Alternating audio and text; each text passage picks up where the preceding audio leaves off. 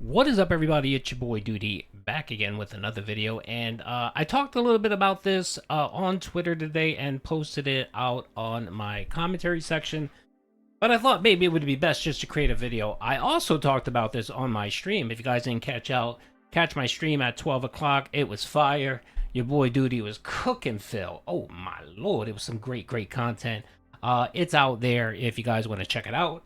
A lot of Argentinian memberships and stuff came out, and people were happy. It was a lot of fun. A Duty stream is always filled with great content. So, real quick, if you haven't had a chance to look at my community page or Twitter, I posted that apparently a DSP fan, and it's an air quote fan, reached out to me yesterday and said they reached me. It was almost this morning. It was last night this morning, basically saying, "Hey, can you give me your email? I want to send you something." So I said, "All right," and they sent me an email early this morning that apparently was sent to Phil, and I verified, yes, it was sent to Phil's email and so on. I do have his email, and in it, it was. Well, let's just read it and then we'll provide a little bit of commentary. So what I did was I posted it both on Twitter and on my community tab. And essentially, this is what the person had to say here. By the way, I covered his email ad. He did request that I not share that information, which I respect. And I did ask for permission to post this. They said yes.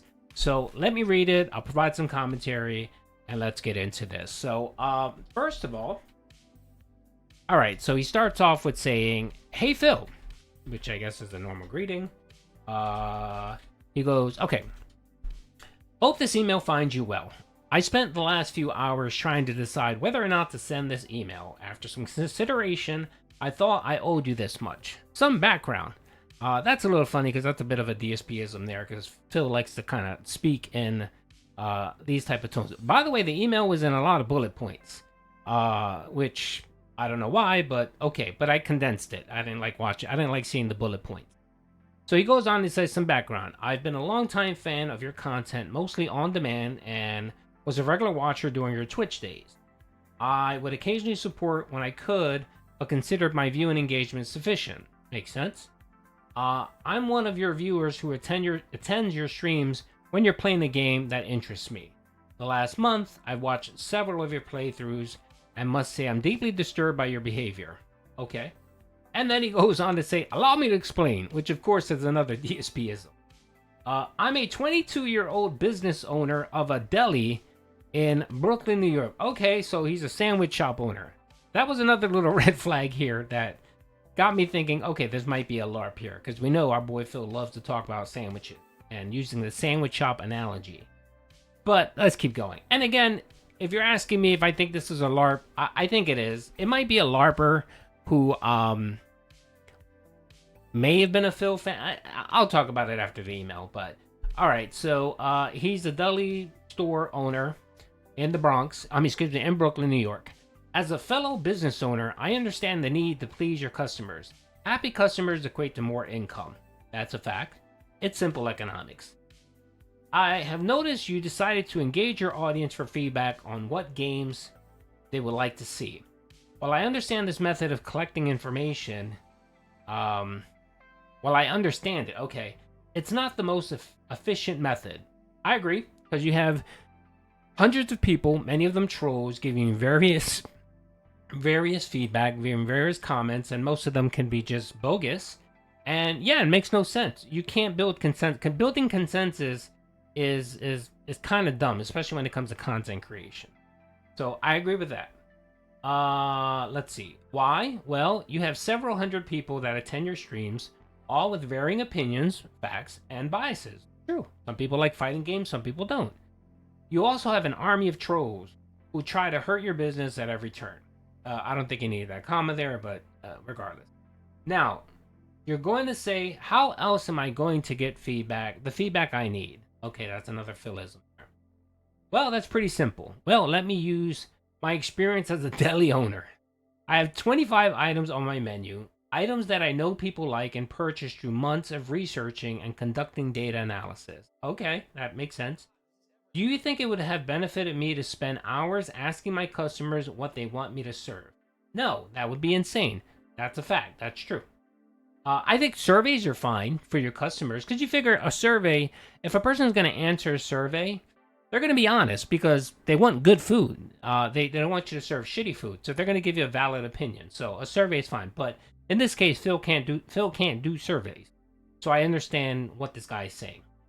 I use analytics. Okay, each time someone makes a purchase, the item is scanned and fed into a POS system. I'm guessing he's talking about a point of sale or a point of service system. It collects all your information. That system allows me to run reports and see what people are buying. The data helps me conduct inventory management and place orders. That's true. If no one likes bananas, I limit the purchase of bananas. Now that right there, the banana is another DSP-ism, so it kind of made me laugh when he referenced bananas. But yeah, that's true. If you're a store owner, whatever, these point of service systems do help you figure out your inventory, what's selling, what's not, and you can make future decisions based on that. Okay. You can do the exact same thing using YouTube Analytics. That's a fact. Your boy does it all the time. I use YouTube Analytics all the time. I just streamed today. I'm going to read my analytics when it's done, and I'm going to base what I do in the future based on those analytics. I gave people an example yesterday. I did a poll on my stream the other day, and I said, hey, do you guys want to watch Cyrex content? Cyrex. I did a poll, 54% of the people said no. So I didn't do it. But towards the end, a few people wanted it. So I played it. I figured I had nothing else to do. I'll play it. I played the Cyrex thing, and my analytics basically blew up when I did the Cyrex stuff. So that tells me, okay, people were interested in the Cyrex content. So maybe in the future, maybe I would do more Cyrex content. And I did. So again, that's data, hard data that I can use to make decisions on what I plan to do in the future. So what this guy is saying is 100% correct.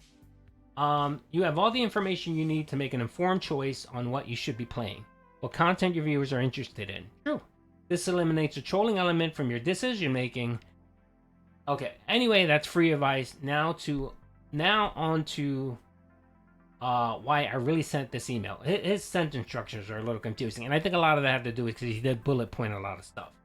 But I'm not the Nazi the grammar Nazi, so it's fine. I'm writing to let you know that this will be the last correspondence we will have. So it sounds like he used this email Phil before. Okay. I have made the decision to no longer watch your content. It's nothing personal. I wasn't brainwashed by the trolls to believe you're a bad person. No, I didn't. I guess he wanted to say no. I didn't watch detractor content. Okay. I'm just a person who watched your streams and made a decision solely on your words and actions. I think what brought everything to a head was your recent behavior. In my wildest dreams, I could never imagine telling my customers to fuck off. I could never imagine telling them they're the problem. Even if what you say is true, you don't say it. I'm sorry, but when you say you're just being honest and real, it comes off scummy. 100% facts. Even if what Phil is saying is accurate, 100% correct, you never say it. Sometimes you don't speak the ugly truth. You don't. Now here's a little funny thing here, which made me think, okay, this could be a LARP. Here's another example. Would you in your wildest dream tell your wife that she was fat? I mean, if she came to you and said, please be honest, am I fat? Would you dare say yes, you're getting fat? No, you would never do that. Even if it were the truth, you would never utter those words. And please, don't take this as me mocking your wife. I would never do that. Kat seems like a lovely person. I can never imagine spending hours talking about low support viewers and engagement, then blaming the viewers for choosing the games for me to play. Even if that were the case, it's not their fault. It's yours. That's right. Ultimately, it's Phil's business, and he's accountable to it. Now, I know if you even bother reading this email, you'll read it quickly, mock it, and disregard it. That's fine. You will continue your behavior, eventually realize you made a mistake, apologize, promise to do better, then repeat the cycle in a month. 100% facts. Anyway, that's really it. I'm not here to put you down or mock you. I'm just here to point out the obvious and to tell you that I'm done. Wish you the best. Yes, wish you the best, Carl. Okay. First thing I have to say is a lot that he said here is actually 100% factual. It's true. A lot of the shit he said is true.